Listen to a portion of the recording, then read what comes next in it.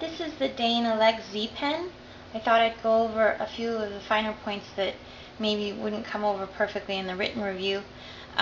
This is the receiver taken apart.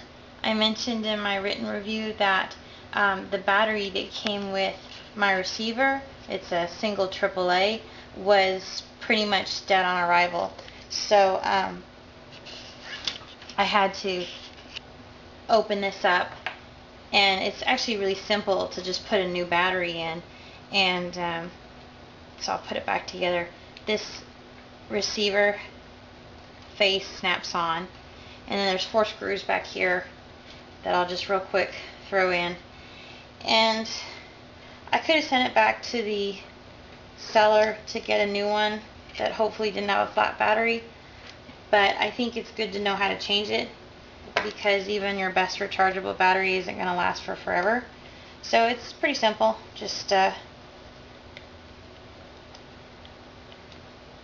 screw these in real quick. Okay, so now that that's done, everything's screwed back in. This is what you're probably used to the receiver looking like in the pictures. Looks like this. In use, you turn it on. This is the on button. This is the pause button. That's for battery saving. So when it's on, this red light comes on, and when it's plugged into the computer and it's charging, then this blinks. Since it didn't blink for me, that's how I knew that there's something wrong with the battery. But right now it's on, and you unclip here and just clip it onto the paper, and you can start writing.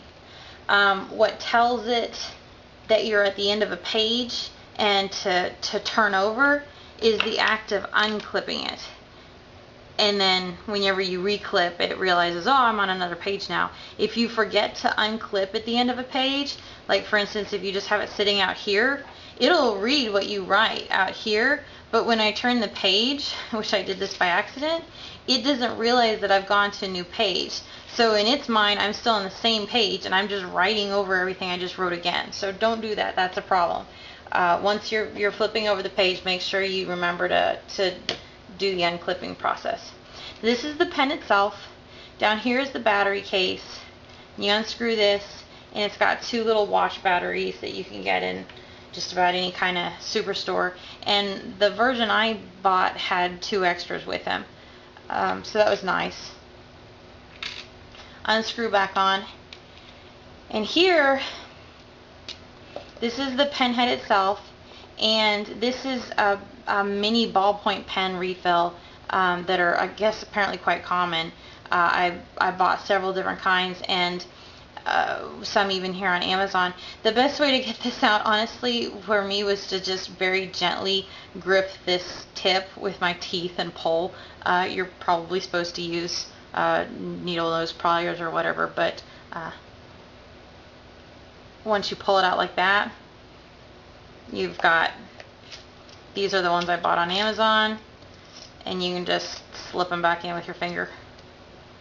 It's as simple as that. It doesn't fall out. This kind of clear crystal area is what you're not supposed to block. It's apparently what communicates with the receiver when you're writing. So when you hold the pen, you're supposed to write with your fingers kind of up here, not if you kind of start writing like this, then you're going to mess up your writing, and because it's not going to read to the receiver very clearly. So you have to remember to write back here. That's probably the long and short of it. I think the rest of it I've covered in my review. This is actually, I actually wrote out my entire review so that you could see how the limitations of the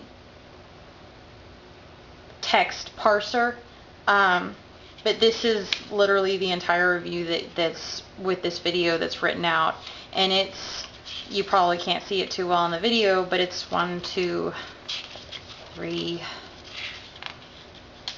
4, 5, 6, 7, 8 pages long of text that I didn't really attempt to keep super clean. It's just basic note writing. So read over the review, corrections that I had to make that weren't parsed properly or in square brackets, but the rest of it came out the way you see it on the screen. And I forgot one thing. Whenever you're charging this or hooking it up to your computer to get the information that you wrote, you pull this cap off. Don't lose this. This is just a USB that you plug into your USB port. Since this is so bulky, it doesn't fit perfectly necessarily with, say, if you have a laptop drop things. If you have a laptop, you might not be able to fit this perfectly. So it came with this adapter, which is just a way of communicating a little bit more flexibly. So that's all that is. But it does come with an adapter so that you don't have to worry about, maybe you have a really narrow USB port and this isn't going to fit. This is going to help you out. So that is all.